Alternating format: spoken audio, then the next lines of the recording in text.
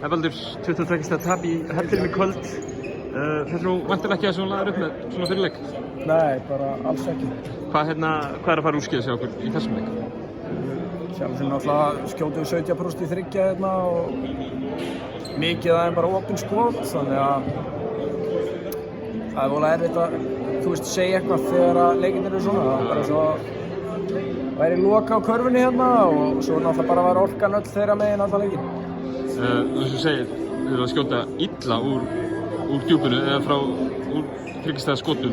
Þeir eru að taka sko fleiri þryggjastaðaskot í leiknum heldur en tveggjastaðaskot í raun og veru sko, þannig að svona eins og Íri getur verið að gefa ykkur sko þryggjastaðaskotin svona þeim meira það sem kannski það sem leið á leikinn, þau voru ekki að hittur þau.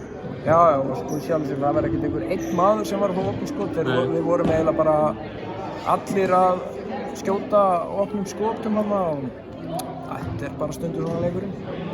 Mikla kröfur í Skagafirðinum eins og venjulega. Hvað þurfa að gera til að snúa, nú er þetta 2 tapleikir í röð, hvað þurfa að gera til að snúa aftur á sigurbrautina?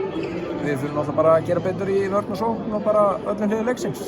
KR-ingarnir heima í Síkinu, hlýtur að vera kærkomið að fá að spila fyrir framann áhorfendur, eða sem sagt áhorfendur Tindastóls, núna eftir langa bið og tvo útileiki núna á hvað, 3 dögum eða eitthvað. Ekki gaman að fá að spila heima fyrir fullu Síki? Jú, það er náttúrulega málið samt í þessu að þetta er náttúrulega bara vandræðileg frammistaða sem við erum bjóð upp á þetta. Og við þurfum bara að sýna mikið meiri karakter en þetta, heldur en að fara inn í okkur og vera litlir í okkur. Við erum búin að sýna það að við getum spilað við hvaða lið sem er hérna í deildinni, en það þarf að vera mikið meira í gangi heldur en við erum að sýna þetta. Og við þurfum bara allir að horfa inn á við og taka ábyrgð á þessu. KR-ingarnir í Síkinu næst, hafið vantilega ekkert skoðað þá, en svona, hvað ykkur býstu úr þeim leik? Bara svipuð og KR-ingar hafa verið að bjóða upp á, hreyfa boltann vel og mikið stígandi í þeirra leika á síðustu vikum. Vel og hérna, þannig að það bara býstu hörkuleik á móti hörkulegi. Frábært, takk.